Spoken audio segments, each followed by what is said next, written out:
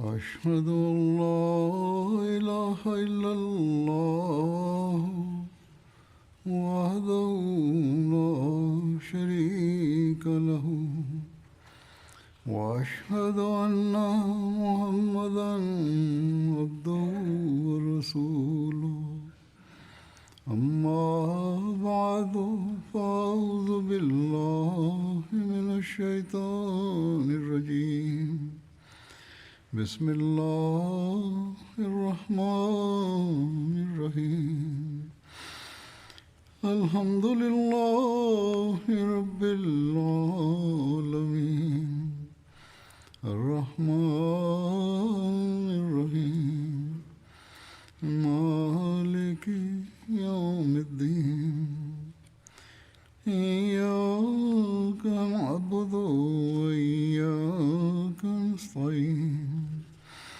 اهدنا الصراط المستقيم صراط الذين أنعمت عليهم غير المغضوب عليهم ولا الضالين.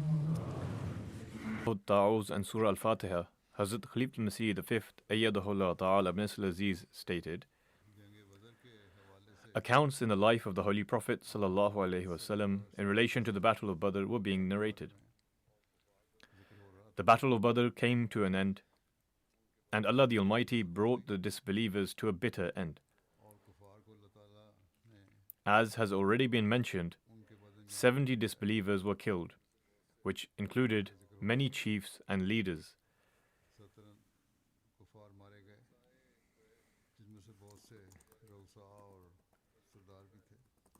With regards to the burial of these chiefs of the Quraysh, it is written in Sahih al-Bukhari that Hazrat Abdullah bin Mas'ud radiyallahu anhu relates,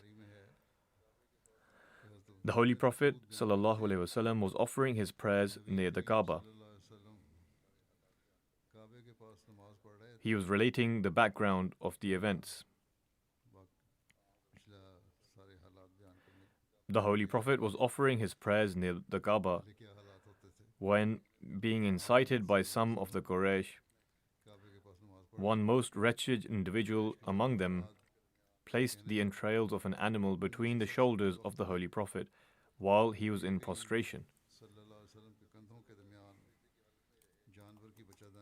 The Holy Prophet remained in prostration, and these individuals continued their mockery. Someone told Hazrat Fatima radiallahu anha of this. She was a young girl at the time. She came running, and the Holy Prophet remained in prostration until she removed it from his shoulders, i.e. until Hazrat Fatima removed the heavy entrails from his shoulders. Hazrat Fatima started speaking ill of them. When the Holy Prophet completed his prayers, he supplicated, O Allah, seize the Quraysh. O Allah, seize the Quraysh. O Allah, seize the Quraysh. Following this, he mentioned them by name. O Allah, seize Amr bin Hisham, Utbah bin Rabi'a, Shayba bin Rabi'a, Walid bin Utbah, Umayyah bin Khalaf, Uqba bin Abi Mu'ayt, and Umara bin Walid.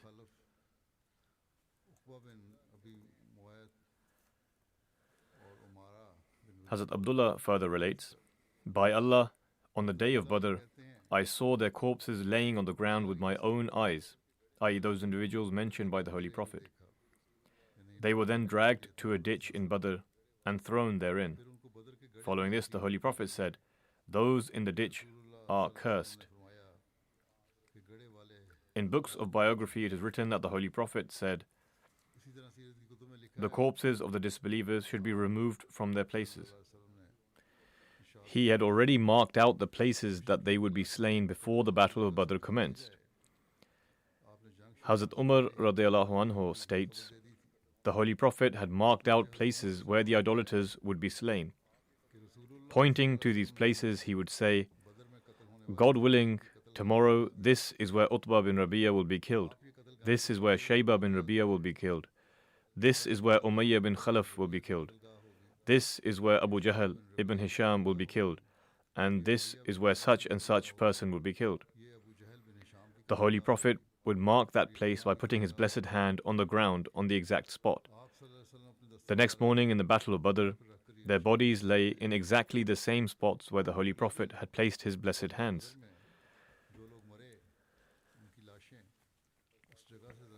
Hazrat Aisha radiallahu anha relates that following the battle, the Holy Prophet instructed that all the corpses of the disbelievers should be put in a ditch.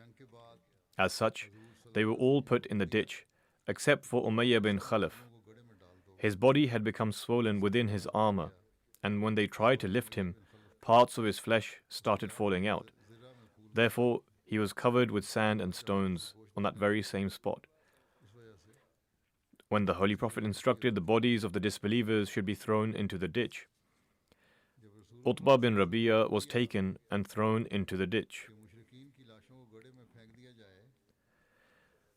The Holy Prophet ﷺ saw discontentment on Hazrat Abu Hudhayfa's expression. He was the son of Utbah and had become a Muslim, but his father remained a disbeliever. The Holy Prophet said, "O Abu Hudhayfa, perhaps you are discontent with regards to your father." He replied, "No, O Messenger of Allah, I have no doubt about him, nor about his killing. However, I knew my father to be a man of sound advice, forbearing and honorable. So I hoped that these traits, i.e. these good qualities of his which he mentioned, would bring him towards Islam. When I witnessed his fate, I remembered his rejection, even though I had hoped he would accept Islam, and this is what has saddened me." The Holy Prophet ﷺ prayed in his favor, i.e. for Abu Hudhayfa, and said some words to console him. It is narrated by Hazrat Abu Talha Ansari radiallahu anhu that on the day of the Battle of Badr, the Holy Prophet ﷺ gave instructions in relation to 14 chieftains of the Quraysh, and they were thus placed in one of the pits of Badr. Whenever the Holy Prophet would defeat any opposition, he would remain in that area for 3 nights. On the 3rd day of remaining in Badr, the Holy Prophet instructed that the saddle be tied to his camel. After the saddle was tied to his camel, the Holy Prophet departed along with his companions.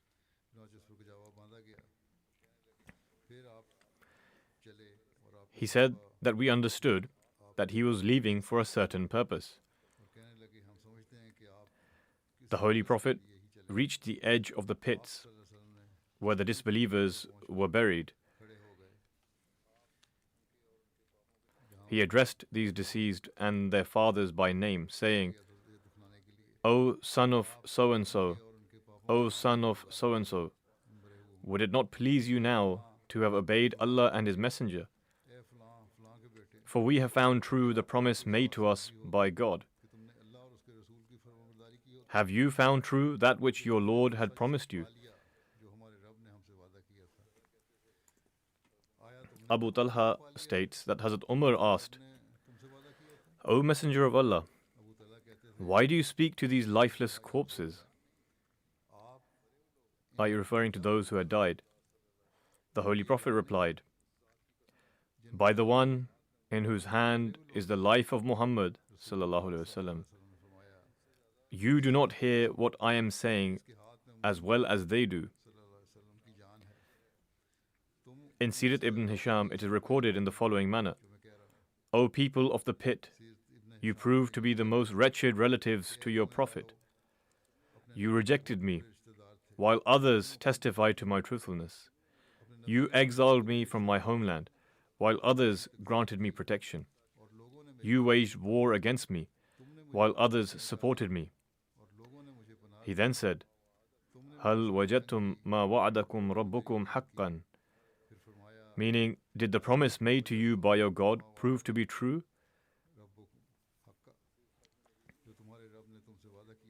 Hazrat Mirza Bashir Ahmed Sahib has written about this incident in the life and character of the Seal of the Prophets in the following manner.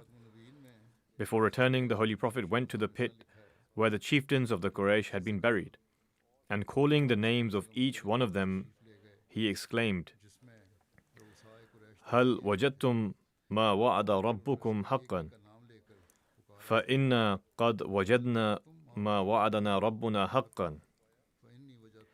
Meaning, have you found true the promise made to you by God through me? Verily, I have found true the promise made to me by God. Then he added, يا أهل القليب بئس عشيرة النبي كنتم لنبيكم كذبتموني وصدقني الناس وأخرجتموني وآواني الناس وقاتلتموني وَنَصَرَنِيَ النَّاسِ. Meaning, O ye people of the pit, you proved to be the most wretched relatives to your Prophet. You rejected me, while others testified to my truthfulness. You exiled me from my homeland, while others granted me protection. You waged war against me, while others supported me. Hazrat Umar submitted, O Messenger of Allah, they are dead. How can they hear you now? The Holy Prophet said, they hear me better than you hear me now. In other words, they have reached a state where all truth becomes manifest and there remains no veil. These words of the Holy Prophet, which have been written above, possessed mixed emotions of pain and agony. One may somewhat gauge the state of the Holy Prophet's emotions which he was enduring at the time. It seems as if the past history of the opposition of the Quraysh was before the eyes of the Holy Prophet at that time. And in a world of reminiscence, he would flip a page at a time, and his heart would become restless at the study of these pages. These words of the Holy Prophet are also categorical evidence that the responsibility of the initiation of these series of wars lied completely with the disbelievers of Makkah, as is evident from these words of the Holy Prophet when he said, وَقَاتَلْتُمُونِي وَنَصَرَنِيَ النَّاسِ, meaning, O my people, you waged war against me, while others supported me. In the least, these words definitely demonstrate that in his own opinion, the Holy Prophet believed that these wars were initiated by the disbelievers, and he was compelled to take up the sword merely in his own defense.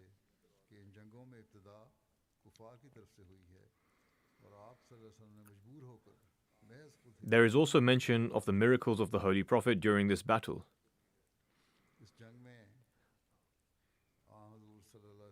One of those is recorded in a book of Sirat, in which Ibn Ishaq states, Ukasha bin Mihsan was fighting with his sword on the day of the Battle of Badr until it broke in his hand. He went to the Holy Prophet, and so he handed him a wooden stick, saying, O Ukasha, fight the disbelievers with this. Ukasha took hold of it and waved it about, and the wooden stick turned into a sword, which was fairly long, the metal of which was very strong, and its blade was of a white hue. He continued to fight on with this until Allah the Almighty granted victory to the Muslims. The narrator states, this sword was given the name of Aun. He used this sword to display feats of bravery in the later battles as well, until he was martyred in the battle against Musaylama Kadhab.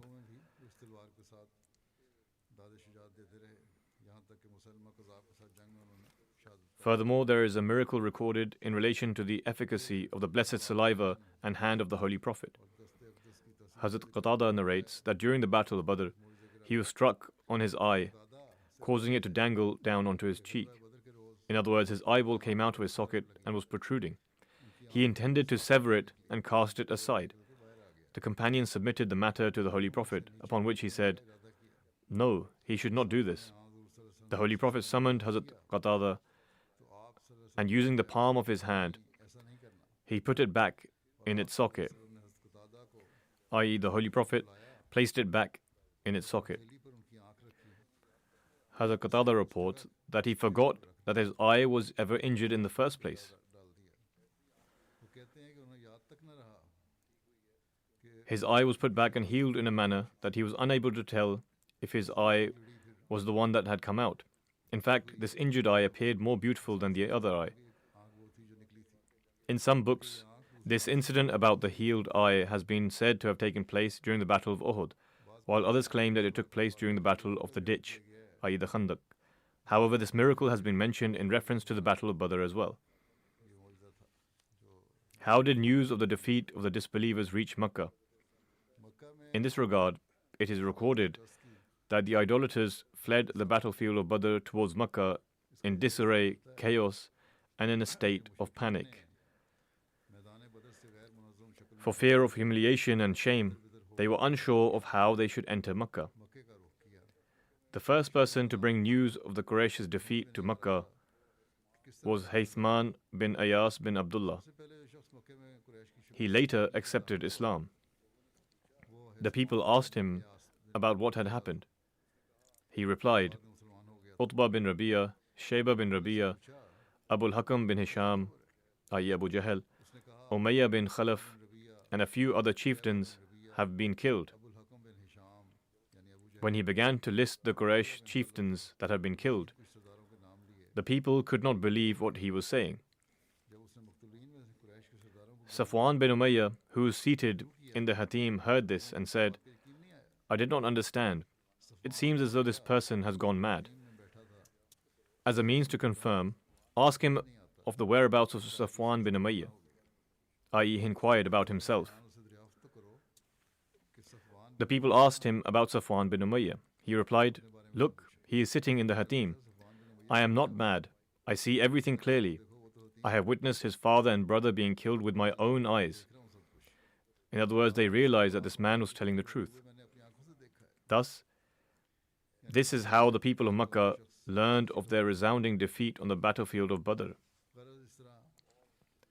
This impacted them so negatively that they prohibited the mourning of their deceased, lest the Muslims become joyful over their sorrow. When some people of the Quraysh mourned over their dead, others said to them, Do not do this. For if news of this reaches Muhammad and his companions, they will rejoice over your sorrowful state. Do not send anyone to retrieve those who have been imprisoned until you have thought it over carefully. Do not mourn, nor make any effort to free the prisoners, lest Muhammad and his companions are strict with you in matters of ransom.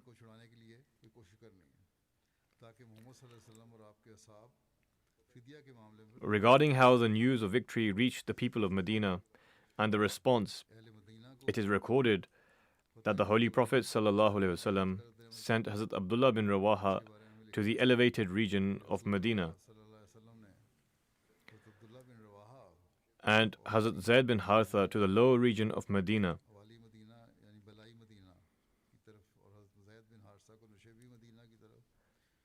to convey the glad tidings that Allah the Almighty had granted His Messenger.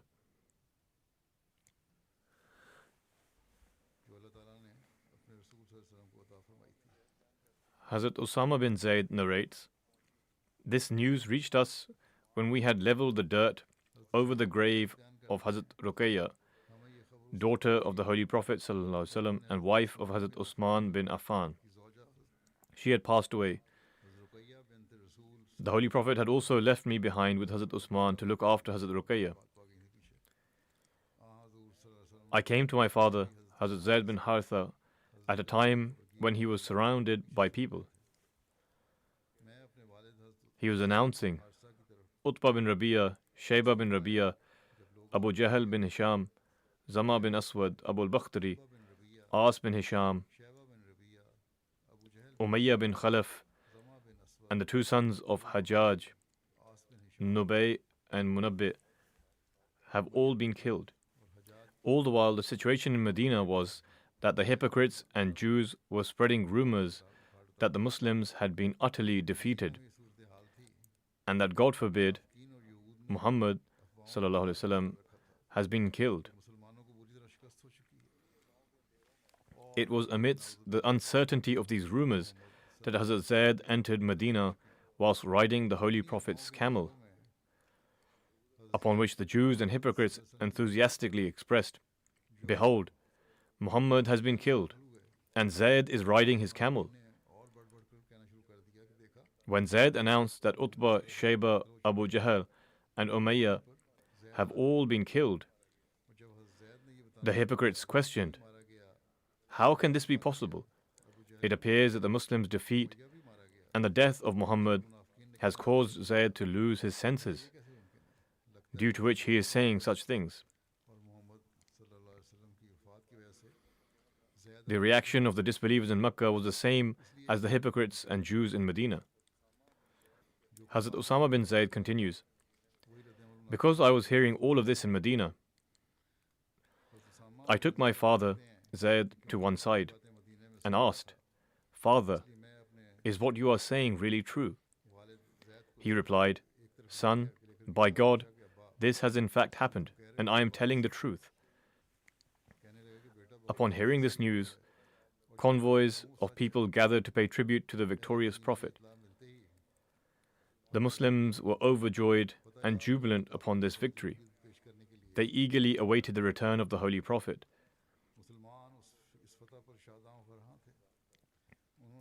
Not all Muslims participated in this battle, because upon their departure from Medina, they had not intended to fight in a battle. Learning of the Holy Prophet's arrival, some Muslims came outside of Medina to welcome him. They met the Holy Prophet at Rawha. Their happiness was a sight to behold. They congratulated the Holy Prophet for his triumph over the disbelievers. Thereafter, the Holy Prophet ﷺ entered Medina, where the rest of the Muslims welcomed him. Regarding the spoils of war from this battle, it is recorded that upon their victory, the Muslims received 150 camels and 10 horses. Apart from this, they acquired various goods, from weapons to clothes to large amounts of hides, stained leather, wool, and so on. These were goods brought by the idolaters for trade. The Holy Prophet took a share equal to that of his companions. From this battle, the companions kept one sword for the Holy Prophet. He also received a camel from the possessions of Abu Jahl. Its nose had a silver ring inside it. This sword and camel have been given great importance in books of history. Further details of this are that the aforementioned sword was named Dhul-Fiqar, and it belonged to As bin Munabbi bin Hijaj, an idolater who was killed during the Battle of Badr. According to some narrations, the sword belonged to Abu Jahl. The Holy Prophet maintained the sword's name as Dhul-Fiqar. It is stated that the reason this sword was named Dhul-Fiqar is because it was either serrated or had lines engraved onto it. Regarding this sword, it is recorded that it always remained in the Holy Prophet's possession thereafter. The Holy Prophet kept this sword with him during other battles. After the demise of the Holy Prophet, this sword was passed down to the Abbasid Caliphate. Similarly, Abu Jahl's camel that the Holy Prophet received among the spoils of the Battle of Badr remained with him until he took it as a sacrificial animal at the time of the Treaty of Hudaybiyah. There is a narration in relation to this that the camel was grazing in Hudaybiyah and fled from there and reached the house of Abu Jahl in Makkah. Hazrat Amr bin Anama Ansari went after the camel and reached Makkah. However, a few cunning individuals of Makkah refused to return the camel. Suhail bin Amr, who was representing the Quraysh during the Treaty of Hudaybiyah, instructed them to return the camel, and so they eventually did. He told these people to offer 100 camels in exchange of this camel. If the Muslims accepted this, then they could keep the camel, otherwise they would have to return the camel. The Holy Prophet stated that if they had not designated this camel for the purpose of sacrifice, then they would have returned it. However, this camel has now been designated for sacrifice, and so this camel was sacrificed on behalf of the Muslims. लेकिन ये पहले से कुर्बानी के लिए मुख्तस हो चुका है, इसलिए अब नहीं। चुनांचे आपने मुसलमानों During the distribution of the spoils of the battle, the Holy Prophet distributed the wealth amongst the heirs of the martyrs and those who were appointed as representatives of the Holy Prophet in Medina, and also those companions who were assigned various tasks and could not therefore take part in the Battle of Badr, were also given a share of the spoils. ड्यूटियां लगाई गई थी और वो इस वजह से जंग में बदर में शामिल ना हो सके थे। There are some details in relation to the ransom taken from the prisoners of the battle and the companions' counsel in this regard. से फिदिया और सहाबा The prisoners in the Battle of Badr were released upon taking ransom from them. बदर के इनके The value of the ransom payment was between 4,000 dirham and 1,000 dirham. However, those who could not afford to pay this amount were told that they could be released on the condition that they teach the children of Medina how to read and write. Also, some prisoners were released without having to pay any ransom or with very little amount of ransom. दिया या बगैर फिदिया के भी छोड़ा गया। There are various narrations in relation to this, फिदिया and some of these narrations create various kinds of doubts. मुख्तलिफ किस्म की रिवायतें हैं, बाज़ However, Hazrat Muslim Maud has provided a correct explanation to these. उस बारे में However, I shall mention all the details first. हल भी निकाल रहा है। All the various narrations in the books of history and also those found in books of Ahadith regarding the ransom payment taken from the prisoners of Badr have been mixed and confused. कैदियों से फिदिया लेने The fact of the matter is that the instruction of the Holy Prophet to take ransom from the prisoners of Badr was in accordance to the divine will of Allah. ने फिदिया लेने का फैसला जो Although I have previously mentioned these narrations with regards to the accounts of Hazrat Umar, however, it is important to mention them here as well. Hazrat Ibn Abbas radiallahu anhu relates that on the occasion of Badr, when the Muslims captured the enemy and took them as prisoners of war, the Holy Prophet sallallahu alaihi wasallam asked Hazrat Abu Bakr and Hazrat Umar for their opinion regarding them. रसूलुल्लाह सल्लल्लाहु अलैहि वसल्लम ने हज़रत अबू बकर Hazrat Abu Bakr submitted, और हज़रत उमर से फरमाया, O Prophet of Allah, बारे में तुम्हारी क्या? they are our cousins and kinsmen. Umar ने अर्ज़ किया, My opinion is that you should take ransom from them, and this will be a means of making us even stronger than the disbelievers. हाल है आप इनसे It is also nigh that Allah the Almighty may guide them towards Islam. के मुकाबले में कुव्वत The Holy Prophet then stated, O Ibn Khattab, what is your opinion? I.e., he asked Hazrat Umar. Hazrat Umar submitted, O Messenger of Allah, my opinion is different to Abu Bakr. In fact, my opinion is that you should hand them over to us. की कसम मेरी वो राय नहीं है, We shall strike their necks and kill them. बल्कि मेरी राय ये है, Hand over Aqil to Ali आप इन्हें हमारे साथ so that he strikes his neck and kills him. And hand over such and such person to me. और अली के सपुर्द The individual he named was a relative of his, उसकी गर्दन and I shall strike his neck and kill him. सपुर्द फलां को करें, Because these are the leaders and chieftains of the disbelievers. था, तो मैं इसकी गर्दन मार The Holy Prophet favored the opinion of Hazrat Abu Bakr. फार के लीडर और Hazrat Umar stated, the Holy Prophet did not choose my opinion. Abu बकर की बात को तरजीह दी, The next day I came and saw that both the Holy Prophet and Abu Bakr were sat weeping. कहते हैं कि हज़रत उमर के अगले I asked, O Messenger of Allah, what has caused you and your companion to cry? और अबू बकर बैठे रो रहे थे, Tell me the reason, मैंने अर्ज़ for I will weep if I am moved by it. Or if not, then, at the least, I will make my appearance to seem as if I am crying. कि मैं भी The Holy Prophet replied, रोना, मैं आप दोनों को I weep over the punishment that was shown to me regarding those companions who suggested that I ought to take ransom. मेरे रोने की वजह ये It was shown to me closer than this tree, सामने i.e., referring to a tree that was near to him. Subsequently, Allah the Almighty then revealed the following verse: जो दरख्त अल्लाह के नबी सल्लल्लाहु अलैहि ما كان لنبي أن يكون له أسرى حتى يثخن في الأرض, meaning it does not behove a prophet that he should have captives until he engages in regular fighting in the land. वसल्लम यानी किसी नबी के And then after 2 verses it states, ज़मीन में खून रेज فَكُلُوا مِمَّا غَنِمْتُمْ حَلَالًا طَيِّبًا, और फिर अगली दुआ meaning so eat of that which you have won in war as lawful and good. हलालन Tayyib, Thus Allah made spoils of war lawful for them. This is a narration of Sahih Muslim. बस अल्लाह ने इनके लिए In this narration, the words in the beginning which state that the Holy Prophet and Hazrat Abu Bakr were weeping, के शुरू के अल्फाज जो हैं and the subject matter of the subsequent verses that were revealed render this entire narration ambiguous, and the matter remains unclear. इनमें जो मज़मून बयान हुआ है वो इस रवायत को मुफहम सा However, deeming this narration to be correct, the majority of historians, biographers, and commentators of the Quran have written that Allah the Almighty expressed displeasure at the suggestion that the captives of Badr should be freed after taking ransom and instead favored the opinion of Hazrat Umar. फिदिया लेने those who have written about the life and character of Hazrat Umar usually pen a chapter about the Quranic injunctions that were revealed in line with the opinions of Hazrat Umar. It is mentioned therein that with regard to the captives of Badr, Allah the Almighty favored the opinion of Hazrat Umar. But this matter is ambiguous and incomprehensible. In fact, it seems that the biographers and commentators of the Quran have erred in their understanding of this narration.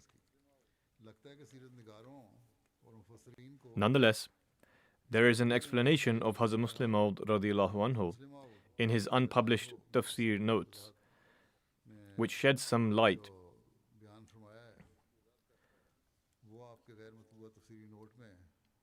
and refutes these narrations.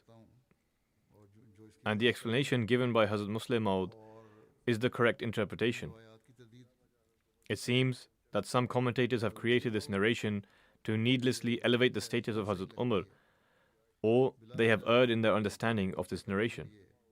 Nevertheless, expounding upon verse 68 of Surah Al-Anfal, Hazrat Muslim Maud radiallahu anhu states, prior to the advent of Islam, there was a custom in Arabia, which regrettably is still prevalent in some parts of the world today, that even if no war has taken place, people would be taken captive and enslaved,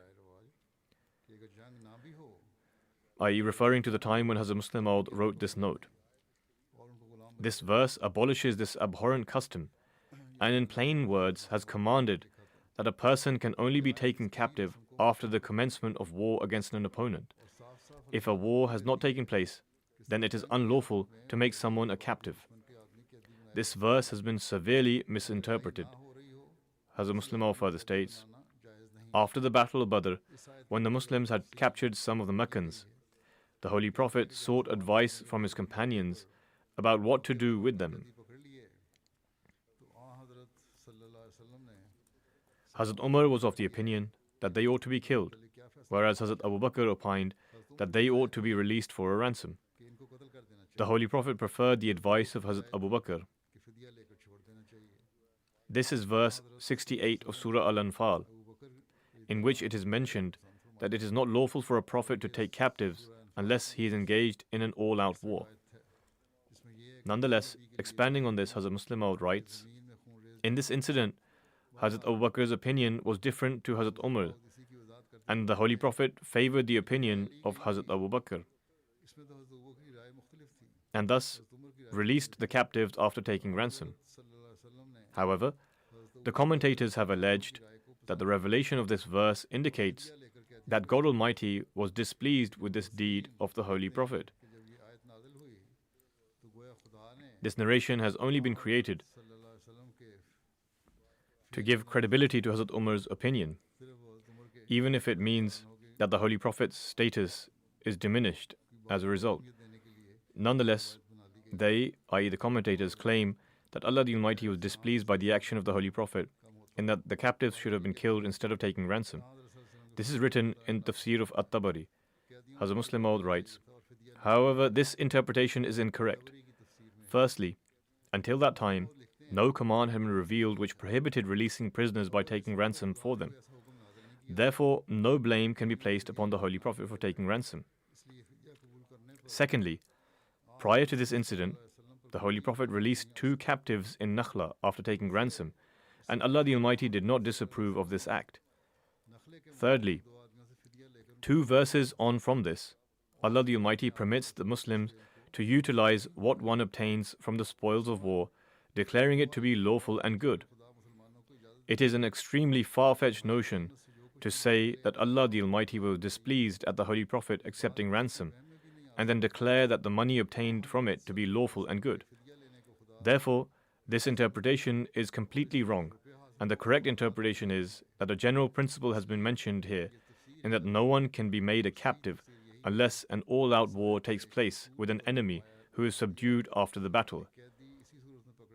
There is no link between this and Hazrat Umar's opinion of not taking ransom. From among the commentators of the Quran, Allama Imam Razi and the famous biographer Allama Shibli Nomani also held the same opinion as Hazrat Muslim Maud radiyallahu anhu. Hazrat Mirza Bashir Ahmed Sahib radiyallahu anhu writes, When the Holy Prophet returned to Medina, he sought counsel as to what should be done with the prisoners. Generally, it was a practice in Arabia to execute prisoners or make them permanent slaves. However, the disposition of the Holy Prophet was averse to such harsh measures. Moreover, no divine injunctions in this respect had been revealed either. Hazrat Abu Bakr submitted, "In my opinion, they should be released on ransom, because after all, they are our brethren and kindred. Who knows if tomorrow devotees of Islam are born from among these very people?" However, Hazrat Umar opposed this view and said, "There should be no consideration of kinship in a matter of religion. These people have become deserving of execution due to their actions. My opinion is that all of them should be executed. As a matter of fact, the Muslims should execute their respective relatives by their own hands." Swayed by his innate nature of mercy, the Holy Prophet approved the proposal made by Hazrat Abu Bakr. He thus issued an order against execution and directed that such idolaters who paid their ransom would be released. Therefore, subsequently, a divine injunction was also revealed to this effect. Since a divine injunction has been revealed to take ransom, just as Hazrat Muslim Maud has also written, therefore it seems rather strange to use that hadith as a basis to explain the reason why the Holy Prophet and Hazrat Abu Bakr were crying. In any case, Hazrat Mirza Bashir Ahmad Sahib further writes, "As such, a ransom of 1,000 dirhams to 4,000 dirhams was set for each individual according to his means. In this manner, all of the prisoners continued to be released. The rest will be mentioned in future, God willing." After the Friday prayers, I shall lead 2 funeral prayers in absentia. The first mention is of Rana Abdul Hamid Khan Sahib, Katgadi, who was serving as a missionary and Naib Nazim Mal Waqf-e-Jadid, Pakistan. He passed away recently at the age of 70. Verily to Allah we belong and to Him shall we return. By the grace of Allah the Almighty, he was a Musi.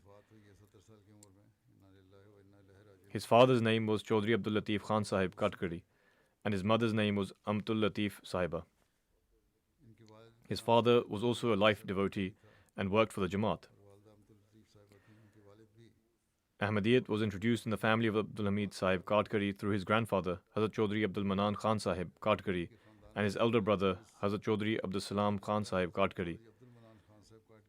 They both had the honor of doing bayat at the hands of the Prophet ﷺ in December 1903.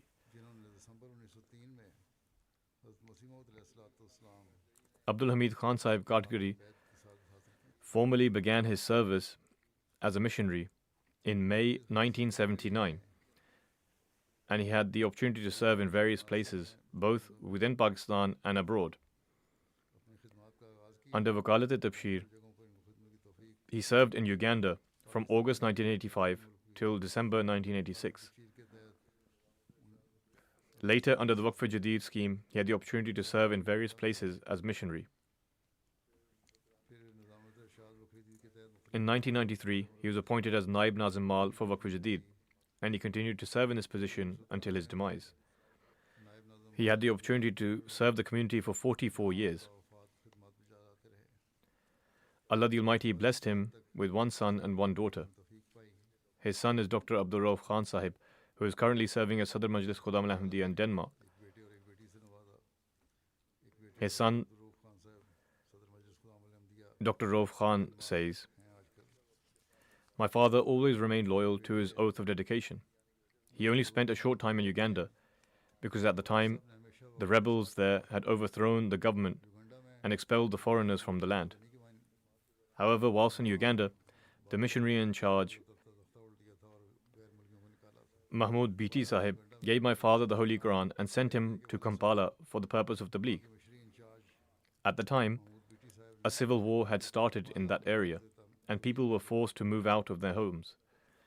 Whilst moving houses, my father fell ill, and owing to no hospital being nearby, and nor any kind of medical assistance available, the people left my father in a room and left. The area was captured by the rebels, and they began searching the entire area. During this time, a rebel even went right up to his room. And as he was laying down, he left my father thinking he was dead. My father would tell me that he was lying right below the window, and the bullets would enter through the window and hit the opposite wall. After some time, when the situation improved a little, my father contacted someone and was moved to a safe location, and in this way, Allah the Almighty protected him. He had a very deep connection of love and affection with Khilafat. He was very simple and sociable.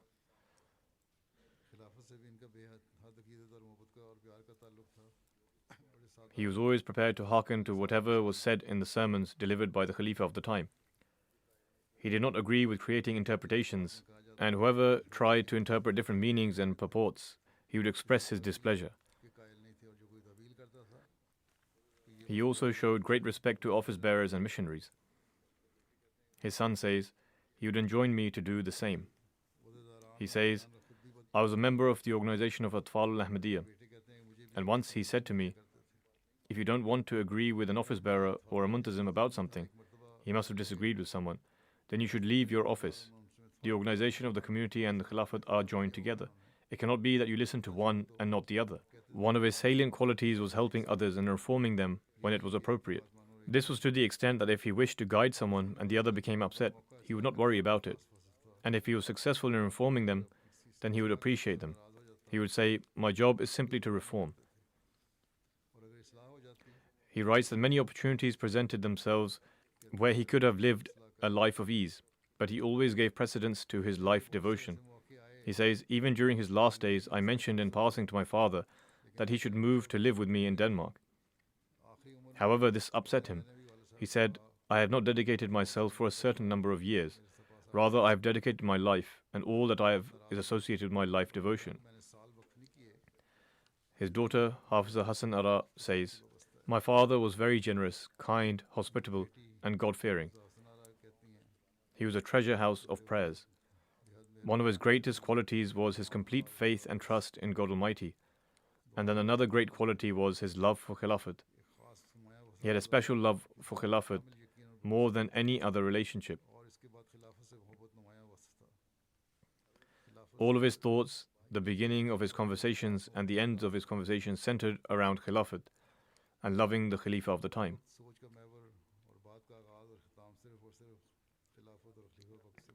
She says he would visit here in the UK from time to time, and sometimes when I would be overcome with emotion and would express it, he would say, all relationships in this life are temporal. You should always keep your relationship with God strong. All other relations end, because the only one being who remains is God Almighty, who will never leave you alone. Then he would say, always keep a strong relationship with Khilafat. He was very simple. He would always say, I am a life devotee. My entire life is devoted. And he expressed his desire to fulfill his devotion until his very last moments. Hafiz Khalid Iftikhar Sahib, Nazim Mal Waqf Jadid, writes, I had the opportunity of working with Abdul Hamid Khan Sahib for about 20 years. And he always upheld the standard of being a true life devotee. He says, in terms of age and experience, he was senior to me. But because of always remaining true to obedience to Khilafat and the organizational structure of the Jamaat, he never expressed his seniority. He was his deputy. He says, he worked with me very selflessly. He had an excellent way of explaining and enjoining the offering of alms. He would teach the new workers, missionaries and muallimeen about how to work with great wisdom. He would complete his assigned duties with complete obedience. He always offered excellent advice. Though he served quietly and selflessly, but Waqf Jadid benefited from his services for 30 years.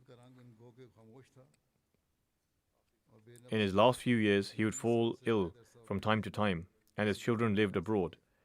If someone suggested to him that perhaps he should go and live with one of his children, he would become very emotional and respond, I have dedicated my life and I will serve until the end. Allah the Almighty enabled him to do this, and he fulfilled this pledge until his last moments. A missionary in Nizamat Mal, Mubashir Ahmad Sahib, says, in 2013, I was appointed to the Department of Mal in Waqf Jadid. Abdul Hamid Khan Sahib gave me 2 fundamental pieces of advice and told me to write them down in my notebook. The first was that the source of all blessings is Khilafat. You must remain loyal to Khilafat in every instance and circumstance. The second was that if you become lazy in doing your work, then it can be overlooked. However, falsehood and lying cannot be forgiven. Never utter anything that is false, and never tell a lie. He said that I should adopt these 2 principles. And as each and every one of us already has faith and trust in Allah the Almighty, always ask Him for help and pray to Him. In any case, he says, I accompanied him on many tours. He would always stress that whilst making an appeal to others, the importance of Waqf Jadid should be conveyed to each and every person to the extent that they have no reservations in making sacrifices. Do not simply ask for money. Rather, you should instill the importance of almsgiving in their hearts and create a pain in their hearts for the Jamaat, and then ask them only according to their capacity. Then there should be no feeling of shame, because it is our duty to serve the community and to seek help for the community. He took care of Jamaat's property. He would stress that alms are received as a result of members of the Jamaat making sacrifices. And so in spending that wealth and using that wealth, we must not be excessive. Only that which is a necessity should be purchased, and nothing beyond what is needed should be spent. He would say, I have also told my son that he is my son so long as he is loyal to the Jamaat. Otherwise, I have no connection with you or do not need anything from you. May Allah the Almighty treat him with forgiveness and mercy and elevate his station and enable his progeny to carry on the legacy of his virtues.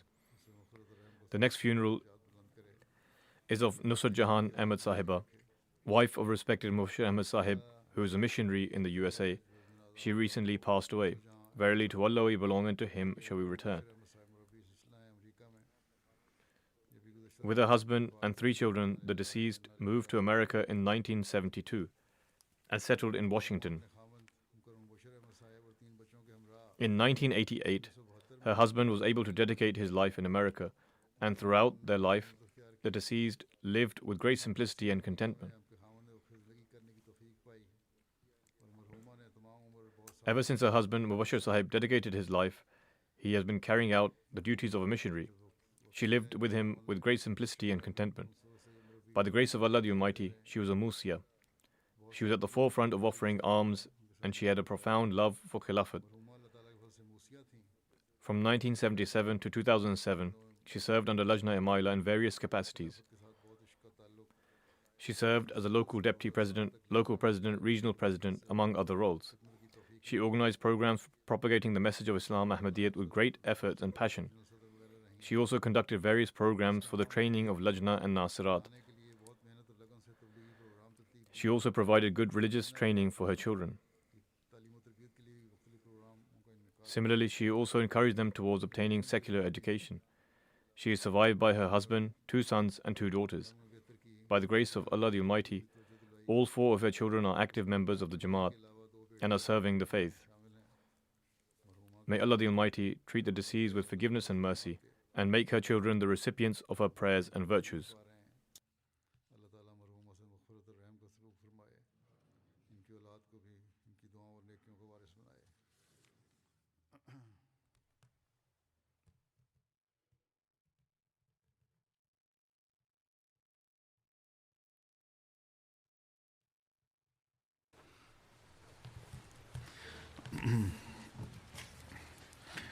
الحمد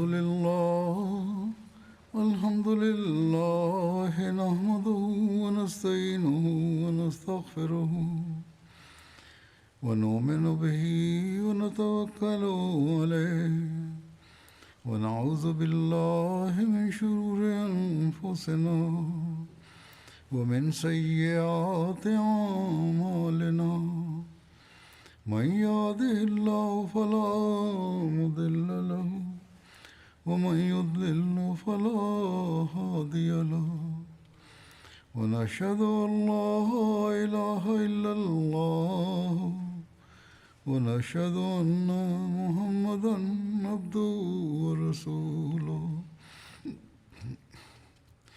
عباد الله رحمكم الله إن الله يأمر بالعدل والإحسان وإيتاء ذي القربى وينهى عن الفحشاء والمنكر والبغي يعظكم لعلكم تذكرون اذكروا الله يذكركم وادعوه يستجب لكم ولذكر الله